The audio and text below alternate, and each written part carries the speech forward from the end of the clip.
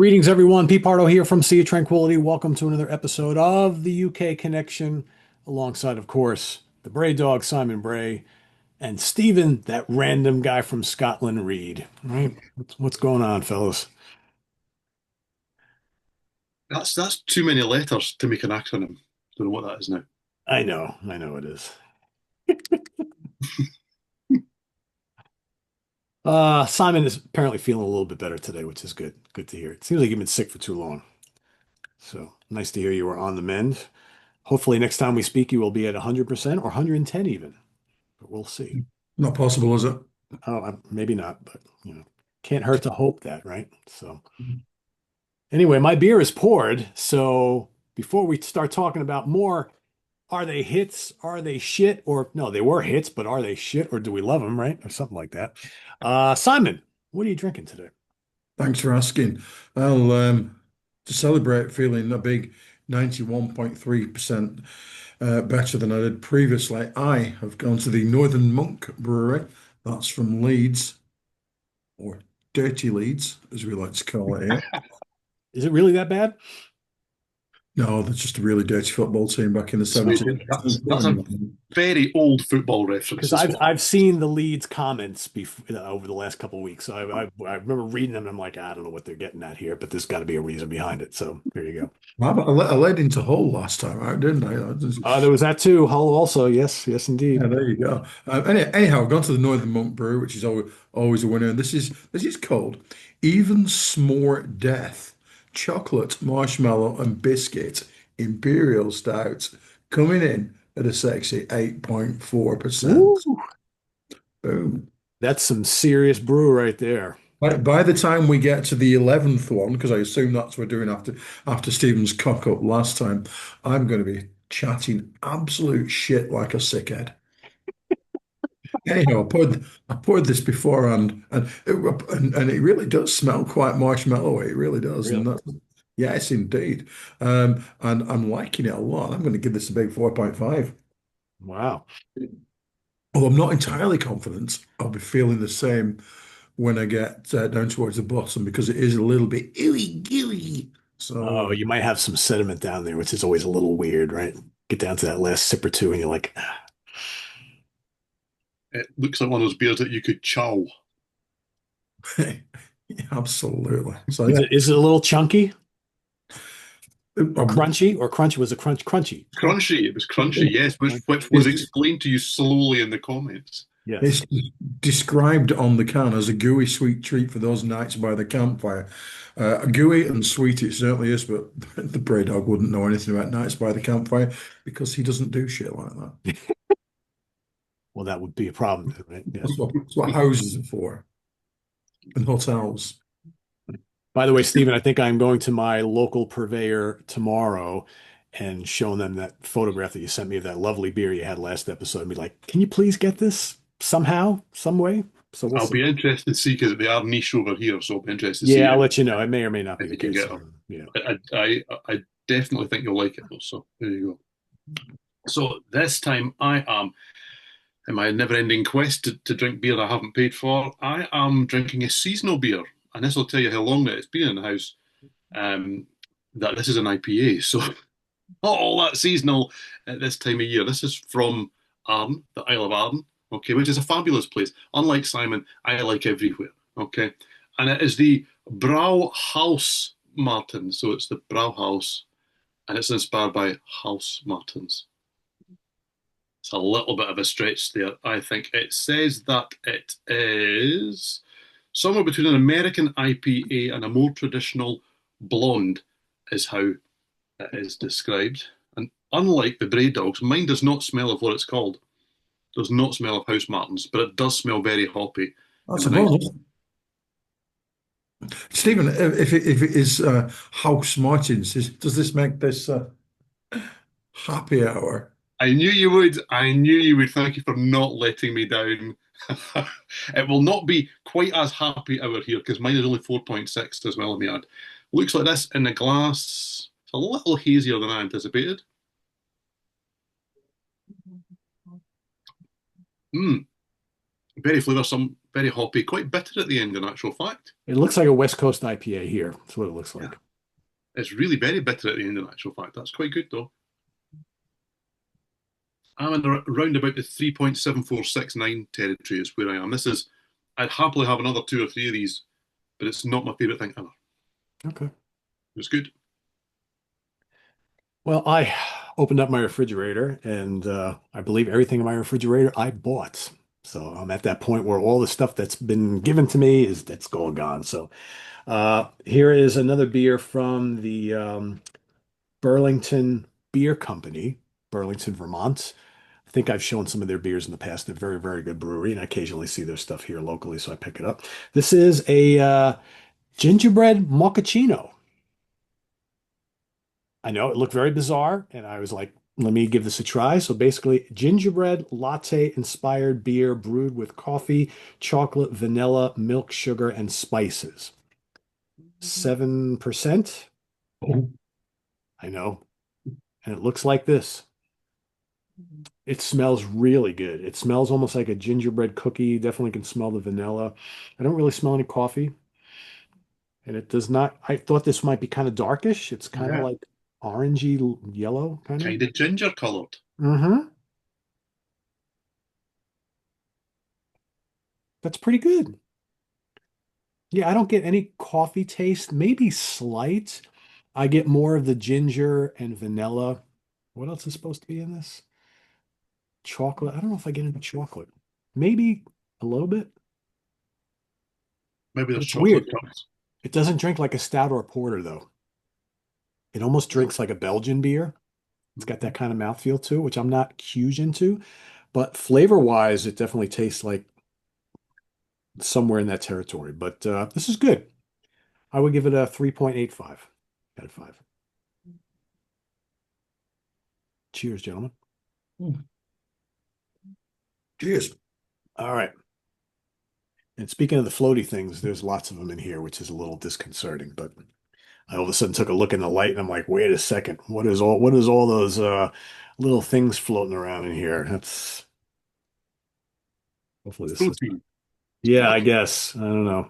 I'm never big on that in beer, and it's like everybody says, oh, that's okay. It's just like ingredients and sediment, but yeah, it's like when there's a lot of them floating around, it's just like I don't know.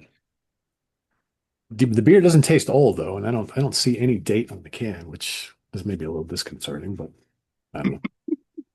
Anyway, on with the show. I'll turn it over to Steven for more big hit songs and what do we think of them?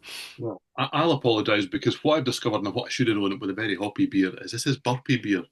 Okay, so there might be a little bit of that as we progress. I'll put this down just now. So wait for our drink, but let's not. Okay, so yes, as the eagle-eyed of our viewers noticed, the people who played along in the comments, when we last did our last 10 of these, we actually did 9. And there is a good reason for that. That good reason is me. So there you go. Because I can't count. I had organised 10, I read out 9 of them. So let's start with the one that was left by the wayside, because it's a cracker. So, okay, let's start with Ozzy Osbourne. And this is one of these ones where you think to yourself, I know it's going to be Bark at the Moon. That's going to be Bark at the Moon, isn't it? That didn't even reach the top 100 in the US Billboard chart, bizarrely enough. So Tired and Shot in the Dark both charted higher here than the song I've gone with. But I've gone with Crazy Train, maybe because the lounge version at the end of the Osbournes, or whatever it was called, I never watched an episode of that, but I am aware that that was the theme tune that was used. You also hear it a lot at American sports, even though it is just the intro that you tend to hear. So, yes, Crazy Train by Ozzy. Go on, Simon. Love it or loathe it. Love it. Absolutely 100% love it. Yes. Yes. Yeah. Yep. I would, however, point out that somewhere upstairs I've got the 12-inch for now of So Tired. And my mum loved So Tired. She utterly loved it. She really did. I was that was okay to play in the house. O- Other Aussie-based fun, less so, which is yeah, Crazy Chance classic. It's a bona fide classic. I'm 100%. not tired of it. Nope. Not even so tired of it. Because I just live in the Braydog world and select it whenever I want. Okay, Yeah. Pete, is it a win all round? I do love it. Am I tired of it though? Yeah. It's one of those songs that I do really like. I don't really need to hear much, if at all. But when I hear it, I'm kind of like, all right, I would have chosen something else, but I don't mind hearing it because I think it's a classic song. It's a great song. It's a great riff. Randy's great on it. It's the big, debut of his solo career for Ozzy. I mean, what's not to love there? I'm glad you picked that and not like Mama, I'm Coming Home or something like that, because I think Crazy Train is legendary. Yeah, it's been overplayed here in the States for sure. It's been overplayed to death, but it's still a great song. So yeah, I do dig it. Yeah, much though we all love him, and we do. And you wouldn't think so from the outpouring of affection when he unfortunately departed. But I don't think Ozzy was as big news here until very, very recently, and not necessarily for his music. And I don't mean that in a bad way. I just don't know how many people out there would know things like Crazy Train who did know who Ozzy was. So I'm not sick of this song at all. It's an absolute classic. Anything off the first two albums I can listen to all day Yeah, and pretty all night much. Yeah, yeah. and be more than happy with. So yeah, in my mind's eye, I am maybe going, nah, Crazy Train, surely they could have. Then it starts and you go, no, no, this will do. This is great. So there you go. And that guitar solo is amazing also. Yeah, Yeah. absolutely. Okay, Simon. So a slight change of pace here then. Okay, so this is this band's only number one, both here. Well, here, no, they're only number one in the US. Is what it is. Do you love to get your money for nothing by Dire Straits? We've had this discussion before, haven't we? We may have. We have because we favorited and least favorited the catalogue of the Straits, and I don't think we were very complimentary of the album from which this came, were we? No, no. I would suggest it's less irritating than Walk of Life. Yeah, that's a good point. Okay, nowhere near as good as Who Picked Me, Private Investigation, or Romeo and Juliet. Yeah. Um, yeah, it's not. I did. I I've definitely not listened to this since we favorited, least favorited the Straits. Haven't listened to the Straits at all. Like I said, I'm very confident that I don't listen to any of the bands that we favorite and least favorite. They've just gone, except for I think 38 Special and Skinner. I think pretty much gone out of my life. Still there though, for when I want them. But no, no, no. There's many, many better Dire Straits tracks, and many, many, many. You were much more forgiving about Dire Straits' overall catalogue than myself and the Bray Dog were. Yeah, I mean, this album, this album that this song comes from is not one of my favorites in the catalog. I think their earlier stuff is much better, to be honest with you. This was a huge song here. It was played on MTV all the time. It's not really representative of what Dire Straits is all about to me. That being said, I do like the song. It rocks. It's got a cool riff, but it's like if I want to reach for classic Dire Straits, I'm not going to go there. Simon mentioned a bunch of other songs, and there's so many more from earlier in the catalog that I think are way better, that more indicative of their sound. But this was Dire Straits for the MTV generation. It was perfect time, right place. And this style of the song was, big and boisterous. It's guitar-y and riffy, and the video was wacky. And I don't dislike it, but to me, I don't think it's a great Dire Straits song. I think they have lots of great songs. This isn't one of them to me, but it's okay. It's okay. I'll leave it at that. Yeah, I mean, it's interesting because this is, I think, probably the song that broke them in many ways Oh, beyond for what was sure. already a big fan base, to be fair. But I would suggest that over here, what you hear more now is Sultans of Swing. That seems to be the Dire Straits song of choice. That, to me, personally, I've overheard that now. I don't need to hear that song ever again, just because it seems to be the one that if you listen to Planet Rock or there's absolute rock on in the car or whatever it may be, that's the one that they put out. And I like it, but Money for Nothing, I suppose, if nothing else, kind of exemplifies writing for the times. Yeah. It very much just landed exactly when it needed to land. Good video for that era as well, and it just kind of spoke to people that weren't necessarily into that kind of music. But then it is that kind of music too. It's more pop than it is rock almost. But then there's a great riff. I still really like the riff, to be fair, and I'll happily listen to it. It's not my Dire Straits of choice, particularly. I much prefer it when they're moody and darker. But yeah, I don't loathe it, and I probably never did love it, to be fair. Yeah, give me like Telegraph Road any day of the week, or mention Romeo and Juliet, which is gorgeous. There's a lot of their songs from early in the catalog that are just so much better. Lady Writer, I mean, all that kind of stuff is just that's Dire Straits for me. This is, as you mentioned, this is them. Whether it was the record label kind of pushing them in this direction, this was them wanting a big monster rock hit, I guess. And it it worked. Worked, yeah, Worked. absolutely. It is a great riff. I mean, I'll give him that. But that's not it's not really Mark Knopfler's forte, right? Maybe says more about him as a songwriter. But there we go. Yeah, yeah. So the reason that Ozzy was meant to be in the last show is because in this show we've got Black Sabbath, and we all know where we're going to go with Black Sabbath, don't we? Really, because you don't need to justify it. It went number one in Germany. They're only number one anywhere, and it's now platinum because, well, anywhere you go, if you hear Black Sabbath, Simon, you're paranoid, don't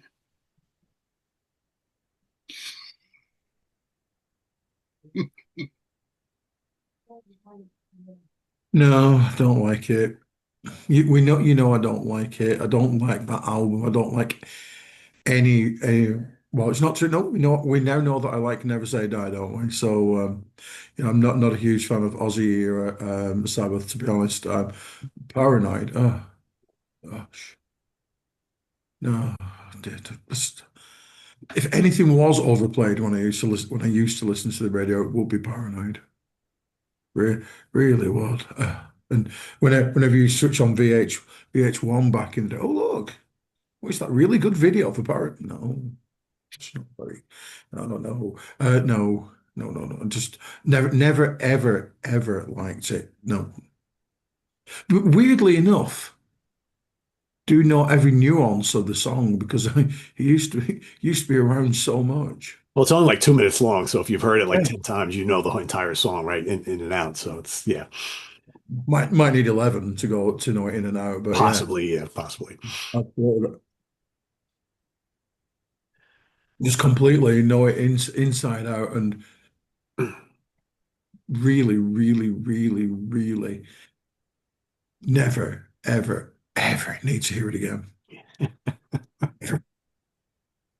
Probably one of the very few songs I might consider turning off if it came on. And it's that short by the time you got there, it would be finished. Exactly. Exactly. Yeah. I mean, Pete, you're the official standard bearer for Aussie era Sabbath between the three of us. I like Yeah. it. It's not I not my mean, preference out of the eras, but Paranoid. I have a very weird relationship with Paranoid. Obviously, the album is amazing and you know, an album that completely changed my life, but I've never been a huge Paranoid the song fan. Ironically, though, it's the first song I ever learned how to play on guitar from start to finish. So there's that. But along with like what Simon said, it's like I really don't ever need to hear it again. And it's interesting that the whole story behind it is that when they were recording the album, it was basically finished, but they had extra room. They needed an extra song. And basically Roger Baines said, "Do me a favor, guys, go work out another song. We need one more song to finish the album." And they went and put Paranoid together in like a half hour. And it kind of shows. It's a very simple, basic song. There's not really much to it. Is it catchy? Yeah. Is the riff kind of cool in a weird, simplistic way? I guess. But man, they have so many better songs. It's like, to me, like if you were to ask me what are the 10 or 20 greatest Black Sabbath songs of all time, 30 even, it wouldn't even come close to making it. But there are people who are like very casual Black Sabbath fans. That's number one. It's because the one that everybody knows, right? I never need to hear it again. I don't hate it. I don't love it. I never loved it. Never loved it. As Stephen was saying about Ozzy, Paranoid is probably the only song that m most people in the, The entire universe knows. Yeah. yeah, could Whether you're actually. a fan or Yeah, not, no. it's Yeah, their Ace of Spades, isn't it? pretty much. And More, I will more say before we continue that all this floating shit in here is really creeping me out, and I'm enjoying this beer less and less as we go on. I'm almost afraid to take a sip of it. Every time I go to raise my lip to the glass, I'm like, oh man, that's a lot of stuff in there. We I may need we be, need we need to get you a tea strainer, Pete. yeah, I may be kind of done with this. I know you guys can't see it, but man, there's a lot of shit floating around in there, Oh, and it, they look alive, Pete. yeah, it's not good. I don't know what's going on with that, so I'm like kind of like, you know what? I think I'm kind of done with that. Okay. Speaking of paranoid, there we go. Do you know this is the 22nd song that we've spoken about in this series of shows? And I'm probably going to offend somebody here, and that's not why I'm saying it. I would suggest this is the least eventful song we've spoken about. Whether I like them or whether I don't, I think nothing happens in Paranoid. The bit I listen out for is Bill Ward going, "Da-ba-da-ba-da." That's the bit I listen for. That's the hook. The rest of it just kind of goes, whoa. And I definitely never need to hear it ever again. And I've never particularly loved it. I don't understand the appeal of it. There are some of these songs I'm not so keen on. I mean, actually, Money for Nothing is a great example of a song I think it's okay. It's a good song. It's well put together. I don't love it. I get why people do, though. I completely understand why it took the masses by storm. It is catchy. The intro's great. Well, Paranoid, I just kind of sit there and go, and yeah, Over and over and over again ad nauseum, yeah. right? It's just, I mean, it's not helped by the fact that the few bands I played in back in the days where I played drums, everyone wanted to play it, but everyone wanted to play it because nothing happens. You can knock it together between fours in like 20 minutes, realistically. So there you go. Yeah, it's a universal, never need to hear it again, I think. There we go. Okay, so number 23 then in this list is another one of these ones where I could have ended up with a song that isn't actually the correct song to choose. So Def Leppard, okay? There can only be one option, really, for the song that is representative outside of rock audiences for what Def Leppard is about. But it's not their highest charting single here in the UK. Let's Get Rocked and When Love and Hate Collide both got to number 2 in the UK, and Love Bites got to number 1 in the US. But if you ask anybody what is the biggest Def Leppard song, well, it has to be Pour Some Sugar on Me, doesn't it? And it has gone on to significantly outsell or outlisten, outstream, whatever way you want to do it, all those other songs. So, Simon, would you like to pour some sugar on me? What a lovely kind offer. Thank you. I'll get in the car immediately. I thought that was coming. I'm like, oh, this is not going to end well. Oh, In more ways than one. but and indeed, Tish. No, no, no, no, no, no, no, no, no, no, no, no. Well, I've been listening to the Leopard quite a lot recently, so this is kind of serendipitous, isn't it? Yes, got the Leopard on in our sights. Have we not been listening to that? I've also been listening to and watching as well as listening. Def Leppard in the Piano Room on Radio 2 on YouTube with Hysteria. That is my current absolute favorite Def Leppard song by an absolute country mile. Really, really good with the orchestra. Check it out. You know you want to. But Pour Some Sugar on Me is just like I actually listened to the what was the one that they do with the album that they do with the Royal Philharmonic recently? Yeah. I've got it. I can't remember the name of it. Yeah, I've got it, and I actually listened to it yesterday as well. And you know, when you actually get Joe singing it with a lady, it really makes you want to go, no, no, no, no, no, no, no, Oh, yeah. no, no, no, no, absolutely not. Pour some sugar on me, but absolutely, you know, it's one that the peeps got ape shit for, isn't it? It's not my favorite, not my favorite by a very, very um long stretch. You know, let's go for the early albums and let's go for the actual song Hysteria for the Bray Dog. Woof. Pete, does Pour Some Sugar on Me make you want to shake your tush? To quote Simon, it's shite. I never ever liked this song. I always thought it was ridiculously stupid. I think it's even more stupid today. Don't like it at all. Don't see the appeal. This is like dumbed down rock, and you know this band knows better. but whatever. It was a huge hit for him. So what the fuck do I know? This band all live in mansions because of this song. So Yeah, exactly. Right. So like I they said, what do do I know know? better, don't they? Hey, they really do know better. Yeah, Never underestimate the taste of the general public, kids. I know. I know. Yeah, and I can only echo it. I don't hate it as much as you two do, but it's probably one of my least favorite, if not my least favorite song on that entire album for a start. So that's not a good kick off. I can't remember when we ranked the songs if I did put it last or not, but it can't have been far away because it is. It's one of those songs that kind of describes everything that's wrong with that era of rock, and I love that era of rock. So that kind of tells you just how wrong a lot of it is. And yes, much though I can't remember the name of the album that Simon is mentioning, this is not a kind of romantic love song that a guy and a gal can sit and duet to each other with. That's a real cringe moment. It's quite icky. Yeah, not into that at all. So yeah, let's move on. To something that's probably Drastic Symphonies, the album was called. thank you. Yes, and it's kind of a pieced together thing. I don't think they all actually sat down and re-recorded everything, but it works way better than it should have done. Yes, I think most of the vocals were from back in the day. I think he must have re-recorded the one with the lady whose name I forget. But it's just absolute ick off the scale with Yeah, a female vocal. and it is also a song that even when he was, and I like Joe Elliott, but a passable singer, he didn't sing it well even then. I don't think. But there we go. Anyway, enough on pour some sugar on me. Another one that is probably going to, well, maybe not split opinions, probably group opinions, but we'll see. Um, I don't know if you're a fan of this band or not, Simon, but I'm taking a punt that you have at least once in your life heard More Than Words by Extreme. Okay, this was number one in the US and number two in the UK, and you must have heard it. Do you like Extreme? There's a question I've never asked you. No, once had the misfortune of seeing them. Dear, dear me. And in particular, I don't like More Than Words. I don't like the Rocky side. I just don't get them.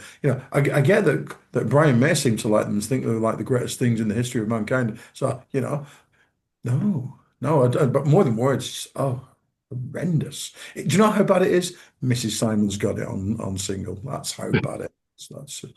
And we Definitely all a pick song. Yeah, for sure. Yeah. we all know that Mrs.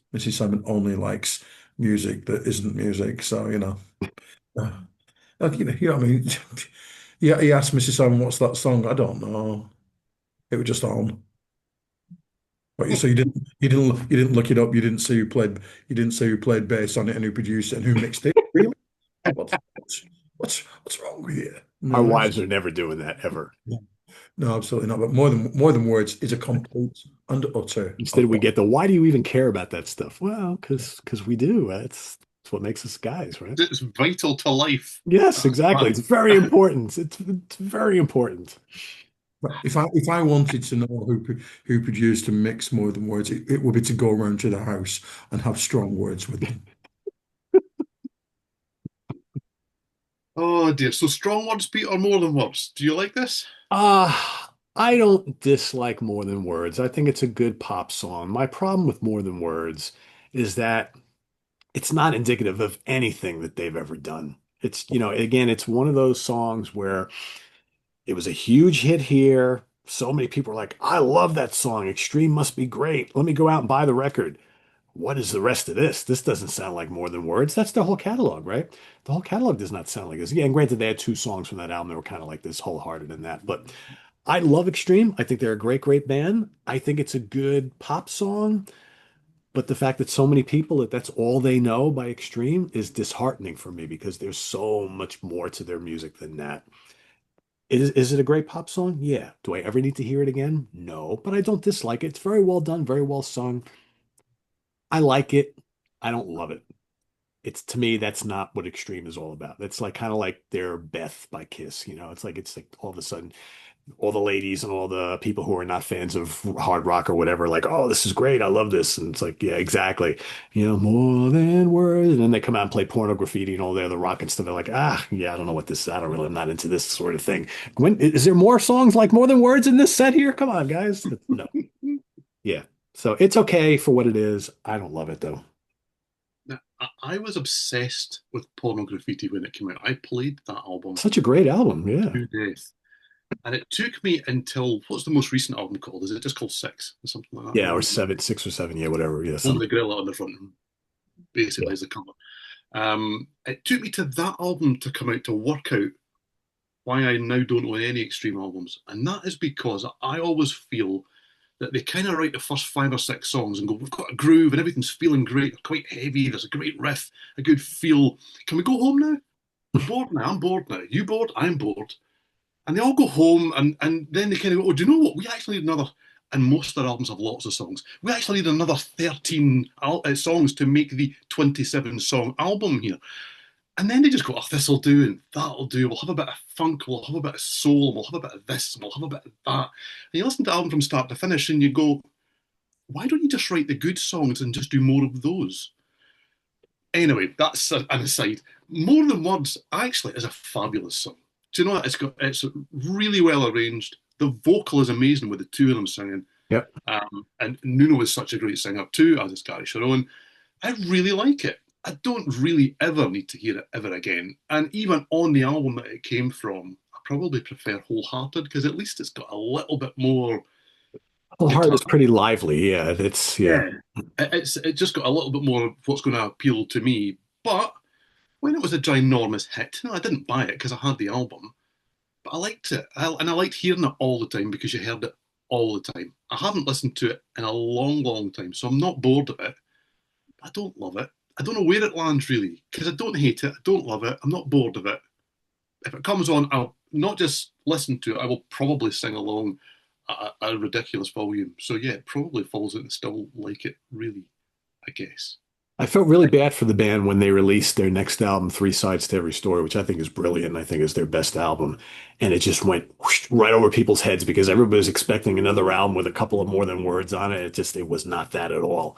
It was like kind of like all over the place, like you mentioned. I mean, that's extreme though. They do a little bit of this, a little bit of that, is a little metal, a little hard rock, a little funk, a little pop, a little bluesy stuff, right? It's just they're very hard to kind of pigeonhole. And I think for some people that's a little difficult, right? You never know what you're going to get by them. I'm still looking. It's still up there somewhere. Went straight over my head. Never liked it. Still don't. Does nothing for me that album at all. Really? Wow. See, I Yeah, love it. I had a moment with the Extreme, and I love the whole Porno Graffiti album. I love it. Love it. I'll still do. And I don't really love anything else they've done. Not a thing. There you go. Some great songs along the way, but I don't really love anything by them. But there you go. Right. So next, now this is it's not niche. Okay. Well, not to us. We all know this band, and I'm presuming we all know this song. Okay. I've gone out there so much that I've actually added another one just in case. But I know we won't. I've got faith in everybody that's here. But if I was to ask either of the two of you, okay, here in the UK, what is the highest charting single by W.A.S.P? What would you think? There you go. I mean, I blinding wouldn't have a lights. clue. I wouldn't have a clue. Yeah. Well, even with the fact that you wouldn't have a clue, because you would probably think none. Okay, Yeah, number I'm like struggling to think what because they don't have any hit singles here, no, they don't. you know? They absolutely have never charted Maybe anywhere with anything in nothing, right? singles. I'm trying to think what their most popular song, even if I were to go by like MTV plays, Blind in Texas was on MTV a lot, but that was not a single, it's to my It was knowledge. here. It was here. But so number 17 in the UK singles charts, their only top 20 single in the UK is Chainsaw Charlie, Murders in the New Morgue. Okay. I mean, do you know this song, Simon? No. No. Okay. Well, I'm glad that I put in an extra one. What an odd song It's a to great go. song though. It is though, but I mean, we would have sat here all night, and you would I not would have necessarily never in a thought million years that. guessed that ever, That's not a ever. hit, is it? I do No, like it though. not at all. Yeah, there we go. Okay, right. Well, we'll move on from that. It was a risk. It backfired.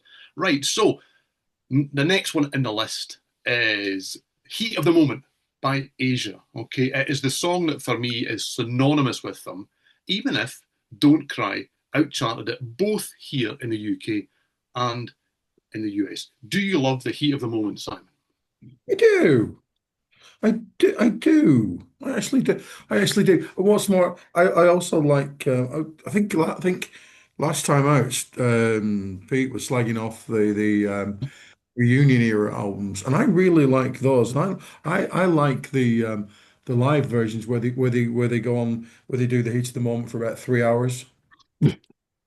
I really like that. You know, where I'm not joining in because we all know that's not my thing, don't we? I'm not joining in, but I'm letting the other people join in for me. So yeah, I do like the heat of the moment. There are many other things by Asia that I actually prefer, to be brutally honest. But yes, I'm on board with that. My actual favorite Asia song is is it 30 or is it triple X or is it XXX? Bury Me in Willow. I love that song. Utterly love that song. It's a great song. And that's very much how I want to go out in Willow. Like I'm a human cricket bat. I want to be linseed oiled up. That's what I want. But yes, I do like yes, Is that the cricketer's version of Pour Some Sugar on Me? could be. But, you know, to bring things back to normal. Yes, I do like the song, whatever it is that we're talking about. Yeah. See, in the heat of the moment, you forgot what it was we were doing. I did. Heat of the moment. Yeah. Oh. Okay. And what's more, I don't think I've ever heard it out of the confines of my car or my house. Okay. I definitely have. Pete, heat of the moment? I love it. Yeah, I mean, I can't fault anything on that first Asia album. I like it quite a bit. Everything on it is a classic to me. It was played a lot here, but again, that was a long time ago, and it's still a song when I hear it, I really enjoy it. The hook is great, Wet and sounds great. Howard's doing some killer guitars on it. I mean, the whole album is really good. It's a classic. I personally, for me, with that original lineup, the classic lineup, I don't think they ever topped that first album because I find the second album very poppy. As I mentioned, I'm not a big fan of the reunion albums. I just find them a little unmemorable and just not. It's just missing something for me. But that first album is classic. He the Moment is a great single. That did very well here when they first released that album. So yeah, I dig it quite a bit. Yeah, okay. I'm okay with it.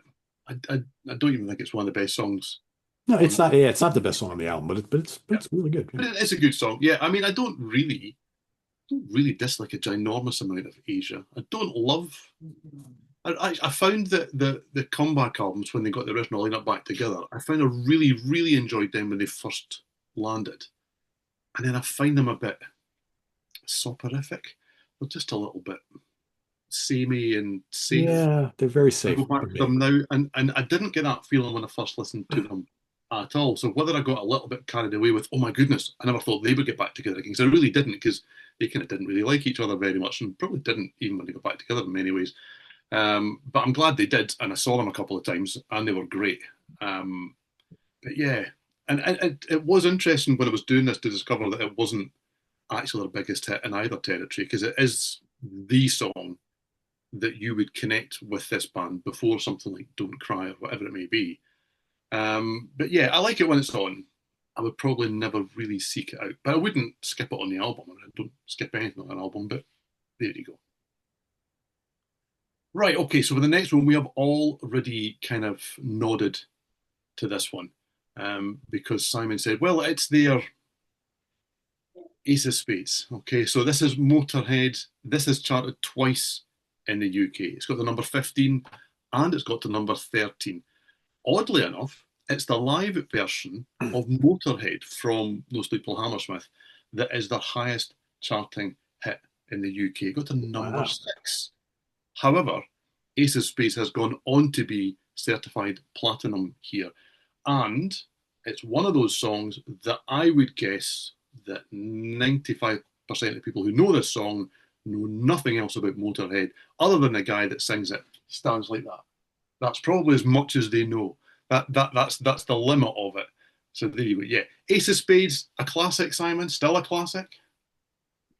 I think when we did Motorhead, I think I'm quoting myself for this, but I'm very happy for this song to represent not necessarily the band, but but you know, the kind of the I want to say the genre, but we all know that Motorhead didn't play metal, don't we? Hmm. So he said. They played rock and roll. Yeah. Yeah. I believe I've heard him say. But this is like the poster child for like British heavy rock, right? Heavy Yeah, music, exactly. basically. No, I always tend to see Motorhead as an album band, and you know, if I'm choosing Motorhead, I'm thinking, oh, let's have some Bad Magic. Love that one. Yeah, Motorized. You know, Hammered. Oh, just we are Motorhead. You know, just go put them on, put them start to finish. I don't necessarily think that I think of Motorhead as, oh, I just want that one Motorhead song. And if I did, it wouldn't be Ace of Spades. Oh no, no, no, no. No. No. Um, so I like it. I definitely wouldn't turn it off. Although I would, because I've seen it on adverts and I don't watch adverts, as I've mentioned more than once. And no, just not, no. But yeah, it's fine. It's absolutely fine. There you Which go, is Pete. really damning with faint praise, isn't it? That's what I was going to say. That you can't get any more of a ringing endorsement of an absolute genre classic than it's okay, it's fine. Do you think it's okay and it's fine, Pete? I think it's a great song. I love it. I love Ace of Spades. It's not my favorite Motorhead song. May not even be in my, would it be in my top five? It might. It might. It might, Wabbit. It might. But I think Ace of Spades for you guys is kind of like um, the Ozzy song for us. Hmm. I think that's how it kind of worked here. Um, and but it's a genre classic. It's well constructed. The riff is great. The intensity is great. I love it. I would never turn it off. I would probably prefer a couple other Motorhead songs over it, but it's classic. I love it. Yeah, it's really good. It's an interesting thing with Motorhead because I can't really, and there's a lot of songs there, so I'm sure I could go and prove myself wrong, but I really, really, really want to. I don't necessarily love all of the slower things they did in the kind of latter third of their career, but I commend them for trying them. I don't think there's a single Motorhead song that I could put my finger on and go, yeah, I don't like that. It's not good. They didn't really deal in anything that wasn't, if nothing else, really just indicative of who they were. They didn't It, fly it all around. sounded like Motorhead, right? It Yeah, just it may not have been great, but it's like, yeah, it's Motorhead. It's good, right? they didn't muck around. It's no most of the No. stuff is no nonsense. You know who they are. You know what they're about. It's kind of heart on the sleeve kind of stuff. We are Motorhead. If you don't like it, you can write off. Basically, is what the message was. And I find with Ace of Spades now because it has, and there's another one to come on the list. It's one of the few songs that we've spoken about doing this that you hear out of context here in the UK. You hear snatches of it. You hear just the Ace of Spades, and that's kind of, or you hear the intro somewhere, and not the rest of the song, or something like that.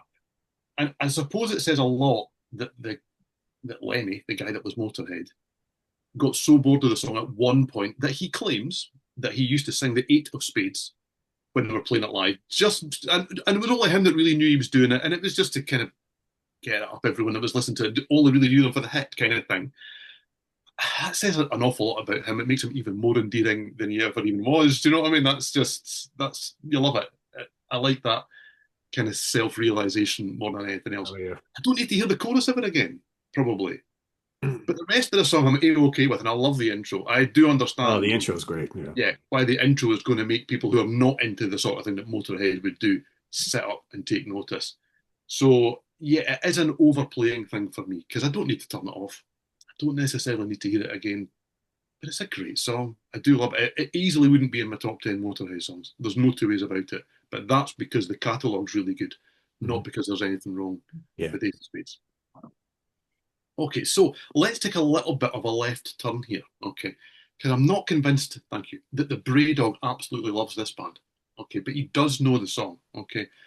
It is one of only two singles ever to be counted as selling over 9.5 million copies worldwide, over countless different versions, different reissues. It has been released umpteen times. Do you love Hey Jude by the Beatles, Simon? No. Next. No, no. Do you like the Beatles at all? We've had this conversation Yeah, before. I respect and Those are the words understand. of someone trying to find a word no. yeah, exactly. I think on one of our end of year reviews, I actually chose Sergeant Pepper as one of the albums I'd listened to that year and enjoyed, hadn't I? You did. You I absolutely did. Yes. do remember that, and I can't remember if I've got the red or the blue compilation album semi recently. But I got one of them. I've got quite a lot of Paul McCartney solo albums, to be honest, and can't tell you anything about them. But yeah, that's what charity shops are for. But hey Jude, no, Paul McCartney's still actually on the stage at Wembley at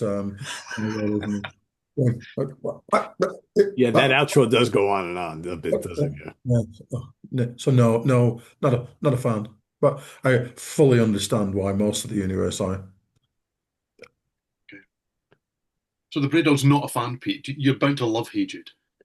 I do. Yeah, I do. Is the ending too long and a little too repetitive? Yes. But, the first three quarters of that song is just magical. It's the Beatles for crying out loud. It's a great song. It's very catchy. It's very nice. Do I like a song like Yesterday's a little bit more, or Let It Be, and similar t ilk of Beatles history? Yeah, I like those tracks a little bit better. But Hey Jude is great. I would never ever turn it off. I think it's fantastic. I mean, Simon was damning him with faint praise, and you just called him nice. You called the It is. song nice. It is. It's a nice tune. It's nice. Nice. Yeah, this is an interesting one. I mean, I really like the Beatles, and I like most eras. The only kind of era that, and it's not well, it is an era because it was them and they played these songs. But when they were doing the kind of early rock and roll covers, where they cut their teeth and became the great band that they were, I have friends that have got like three CDs worth of them just playing rock and roll standards in small bars in Germany. It bored the arse off me. It really is thoroughly nondescript. But I take my hat off to them because they paid their dues It did. and Yeah. then some doing that. And they're very good at it. I just don't need to hear any band do that. I don't really need to hear any band play Hey Jude either, truth be told. It's not a song I love, but I do. I really like. I like the White Album. I love the Magical Mystery Tour. Appreciate that's a bit of a compilation, all that kind of stuff. But there are certain songs that just don't really do it for me. There's just one half teaspoon of sugar too much on a song like Hey Jude for me, and right from the start, I'm already kind of going, ooh, too much. Thanks very much. Yeah, and would I turn it off?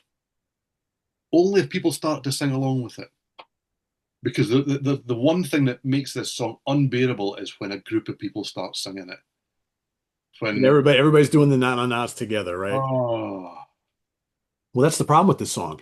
If they cut out that last minute and a half or whatever of the constant na na na na na na na, hey Jude, you have a pretty tight little song there, but it just goes on for way too long. That's to it's me got was always the drawback of that song. it's got a bad case of the na na nas. Yeah, and again, I, Absolutely. I could be conservative in my minute and a half. It could be longer than that. I don't know. I haven't looked it up. I don't know how long that song is, but I know it goes on way too long at the end. Wait, and made for the live arena, but do that in the live arena. That's fine. Yeah, not on the studio version, right? Not the single. Yeah. Absolutely. I don't kind of feel the need to hear the studio engineer go home and come back. But there we go. Okay, right. Two more left on this list of 10, 11.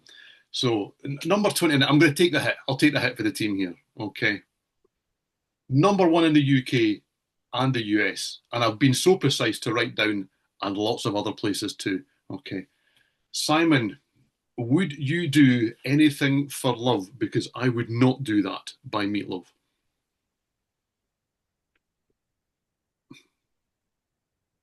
So I mean, you're talking to the person that for two of his one of the albums chose two separate Jim Steinman based records, aren't you? So yeah, and you're talking to somebody who saw Meatloaf quite a few times, so they realised that Meatloaf couldn't sing anymore. Yeah. I haven't heard that song for ages, a very, very long time. Um, yeah, I probably would. I probably, yeah, I liked it then. I liked it now.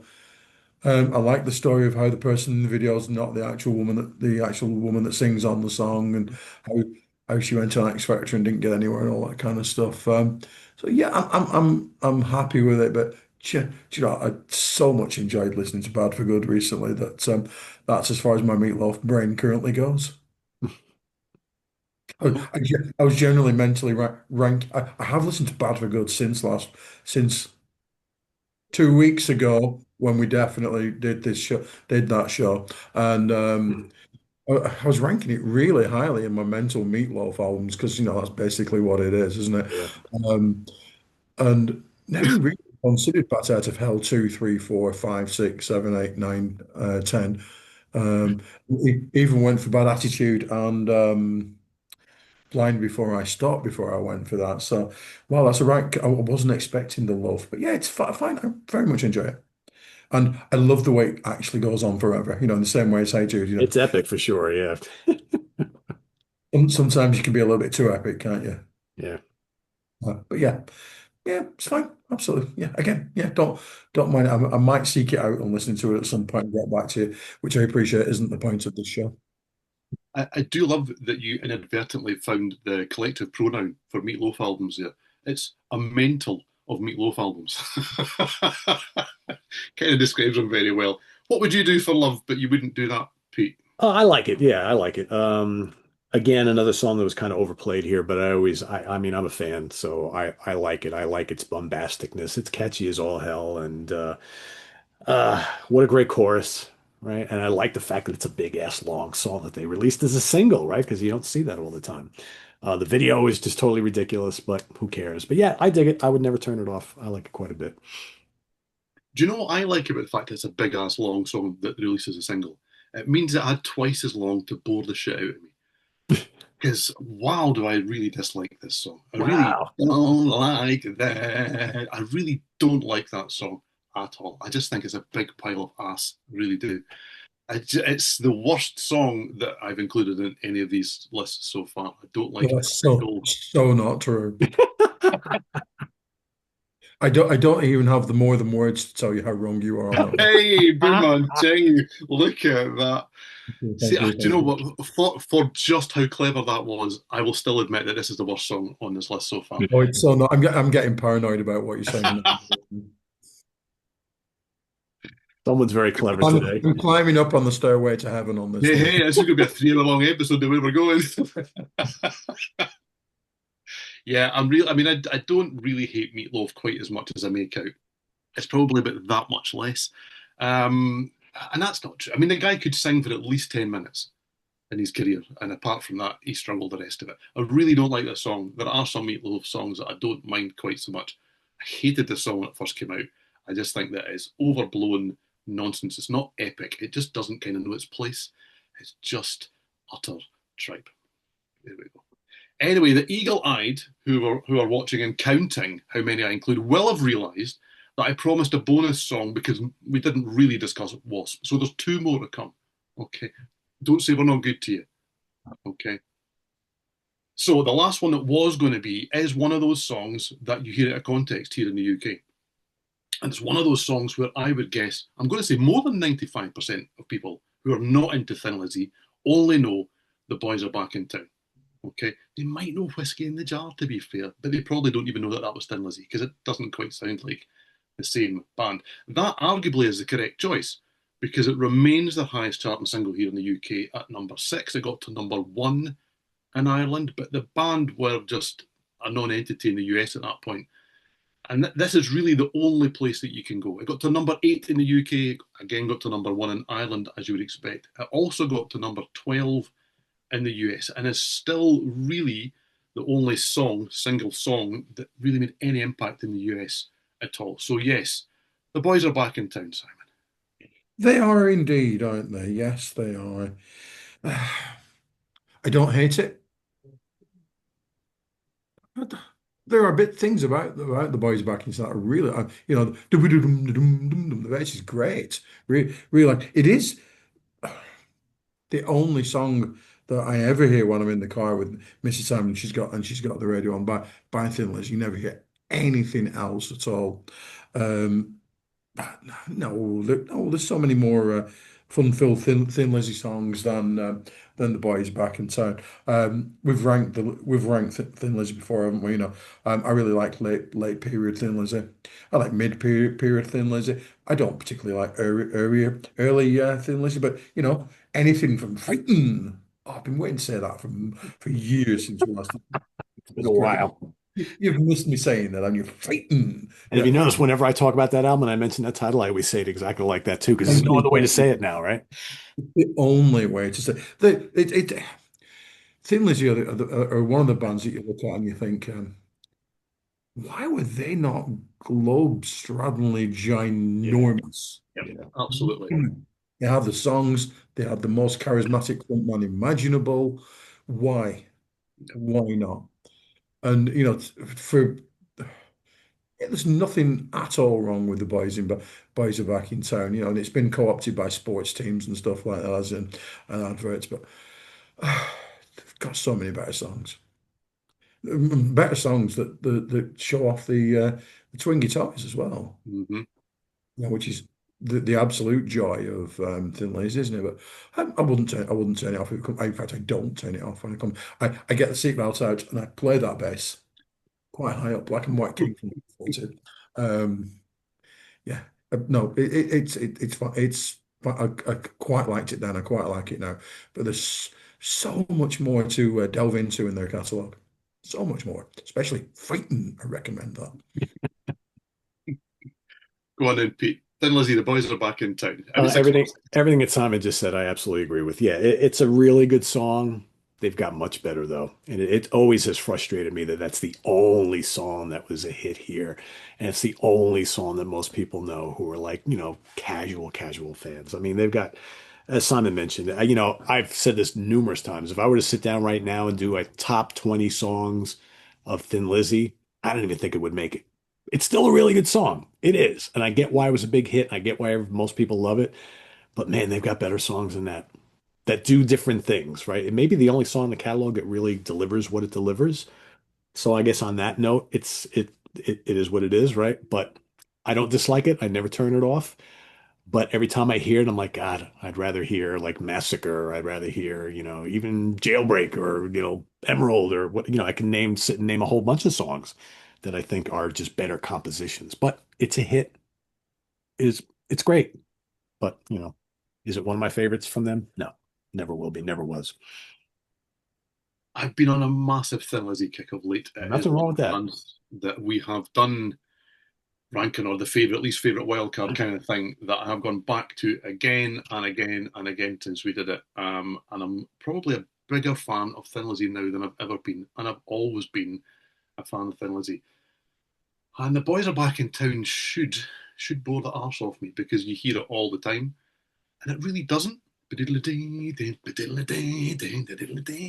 It's just got so much going for it. It's clever, it's kind of witty in places, it's catchy, it's just one long hook after another. Yeah. I just totally get why people love it. And it comes on and I love it too. Yeah, absolutely. I still love it as much, maybe not as quite as much as the first time that I ever heard it, because I've heard it an awful lot over the years. But yeah, I mean, on some of the, whether you can see them over here or not, the kind of fancy box set versions and things that have come out in recent times, which I have really enjoyed getting into within Lizzy. There's about 17 different versions on like one disc and all this kind of, there is overkill on these sets. And yet I still love it every time I hear it. So yeah, and that goes for basically everything they did again. It's another band where it's not all plain sailing. I don't love every single last note of it. And even the albums that I'm lukewarm on compared to the other ones, they're still great. But yeah, I still love The Boys Are Back in Town. This is one of these overheard songs I can give a complete pass to and listen to it every single time it comes on. So the bonus edition then, see, there's a Wasp fell flat. Okay, let's talk about, and it's another song we have discussed on this show, Kaylee by Marillion. Okay, the only song by the band that charted in the US at all, and it only got to number 74 over there. Highest charting single here in the UK at number 2. It went top 20 in Germany, Ireland, Norway, and Switzerland. Simon, is it too late to say I'm sorry, or did Kaylee break your heart? Oh, it's never too late to say you're sorry, Stephen. Please do. You have lots to be sorry for. Oh, constantly. Still Uh, haven't said it. it's a great tune. I think when we stupidly tried to rank Misplaced Childhood, what were we doing there? It works much better. I mean, it works brilliantly as a single, you know, and as a top of the pops clip, it works really well. It's a great song, and the amount of Kayleys I taught. Um, Around about the turn of the millennium. Were you named after me? Oh, no, not to the song. Yeah, yeah, so tremendous, absolutely outstanding work. But yeah, yeah, it's excellent. I really like it. I would prefer to but play it within the context of the album than just hear it as a standalone. And you know what? I never hear it as a standalone thing because just doesn't come on anywhere or anything that I listen to. But it is one Misplaced Tablet is one of the things that I have actually listened to after we've done the dirty with it. So yeah, I'm big fan, big fan. It's not as good as Assassin. That's my favorite Marillion song. Just saying, but yeah. I mean, that's a sound option. I'm not going to argue with that pretty much. Pete, Kaylee, still love it. Yeah, I love Kaylee. In a way, it's kind of like they're more than words, right? Because it's not really indicative of what they normally did, but was it important to the success of the band at the time? Hell yeah. I mean, similar thing with Extreme. But yeah, it's a great song. It's a great pop song. It's beautifully written and arranged, and that guitar solo is magical. I love the chords at the beginning. It's how can you not like Kaylee? Right. And you know, that whole flow right into Lavender is just brilliantly done. Just absolutely brilliant. You know, it's the two just segue into each other so nicely. But as Simon said, I don't like to hear it on its own. Played within the context of the album is the way it should be played. And I think it fits really well. And yeah, what were we thinking when we tried to deconstruct and re-rank the songs on that album? I remember how difficult that was. It's like, oh, because it's one of those albums that you have to listen to from start to finish in the order that it's in, and trying to like pull them apart and say, well, which ones that was very difficult. But yeah, no, it's a great song. It's a great song. Interesting because I remember way back when buying Kaylee as a 7-inch single. So when I first heard it, it was as a standalone song. That was how it existed. So to then get the album and hear it in context was kind of like, oh wow, okay. I had no idea it would do that. That it's part of a movement and part of a suite, and it doesn't actually really start there, and it doesn't quite finish exactly there. And it took a little while to kind of get used to it. It was almost kind of like somebody had put on somebody else's song in the middle of the album when I first heard it. And then obviously you get used to it. And now, yeah, I only need to hear it in the context of the album. Yeah, And because it all those really, songs just flow into each other yeah, so nicely, and when you grew up and know the album as well as you do, all those little segues that happen are so integral to the flow of the album that when you take something out, it just doesn't quite sound right, right? When you drop it, the single of Kaylee is like it just sounds like something's missing. Yeah, what's missing is that track that bleeds into it, and the way it bleeds out into the next track, right? I mean, hand on heart, as a massive Marillion fan, I would probably have told you that I never need to hear this Lavender or Heart of Lothian ever again.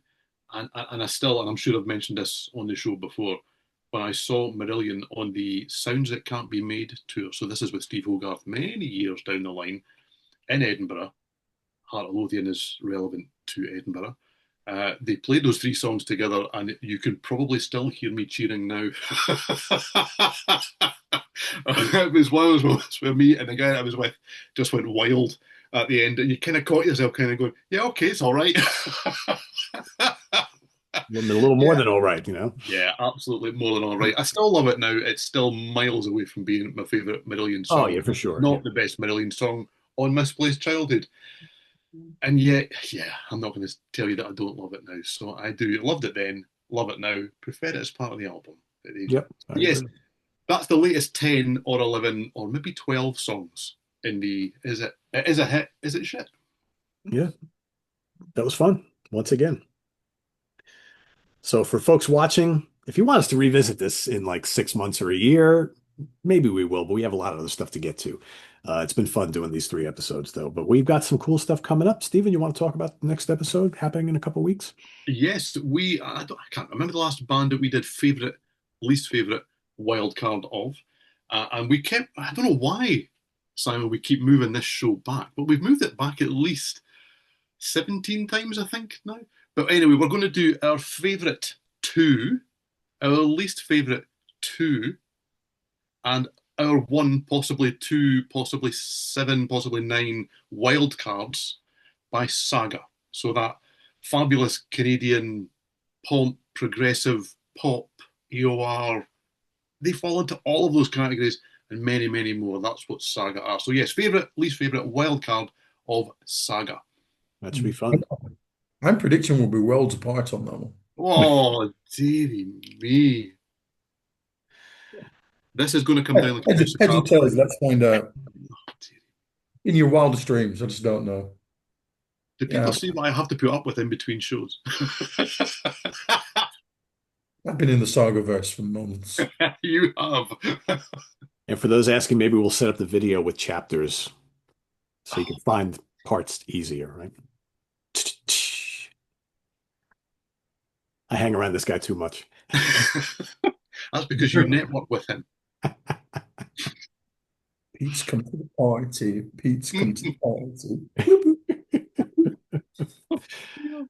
So stay tuned, folks. In 2 weeks' time, start listening to your Saga albums, your two favorites, your two least favorites, and whatever your wild card pick or picks will be. That's coming up on the next episode of the UK Connection. So stay tuned for that.